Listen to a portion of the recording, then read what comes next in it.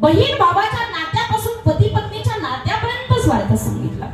खऱ्या अर्थानं जोपर्यंत पतीची परिस्थिती चांगली, पतीची परिस्थिती श्रीमंत आहे, तोपर्यंत त्याच्यावरती प्रेम करणारी पत्नी पद प्रतिष्ठा ऐश्वर संपत्ती प्रसिद्धी या सगळ्या गोष्टी लयाला गेल्यानंतर प्रेम करेलच की नाही याच्यामध्ये शंका आहे. आणि हे सगळं लयाला गेल्यानंतर सुद्धा जी प्रेम करते ना तिला पतिव्रता म्हणतात बघा. आणि पतिव्रता स्त्रीमध्ये फार मोठी ताकद असते. तुका म्हणे पतिव्रता तिची देवावरी सत्ता. एका पतिव्रता स्त्रीनं आपल्या पती करता 3.5 घंटे सूर्य थांबवला होता. तिचं नाव आहे लोपामुद्रा. 3.5 घंटे जशाला तसा सूर्य थांबवला, इतकी ताकद पतिव्रता स्त्रीमध्ये.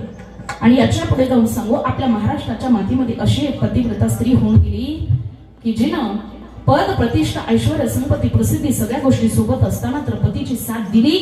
पण ज्या वेळेला या सगळ्या गोष्टी लयाला जातात ना, त्यावेळेला प्रभू रामचंद्रांना जेव्हा वनवासाला जाण्याची वेळ येते आणि प्रभू रामचंद्र म्हणतात ना मी निघतो, त्यावेळेला सीता माता म्हणतात निरोप माझा कसला घेता, जेथे राघव तेथे सीता.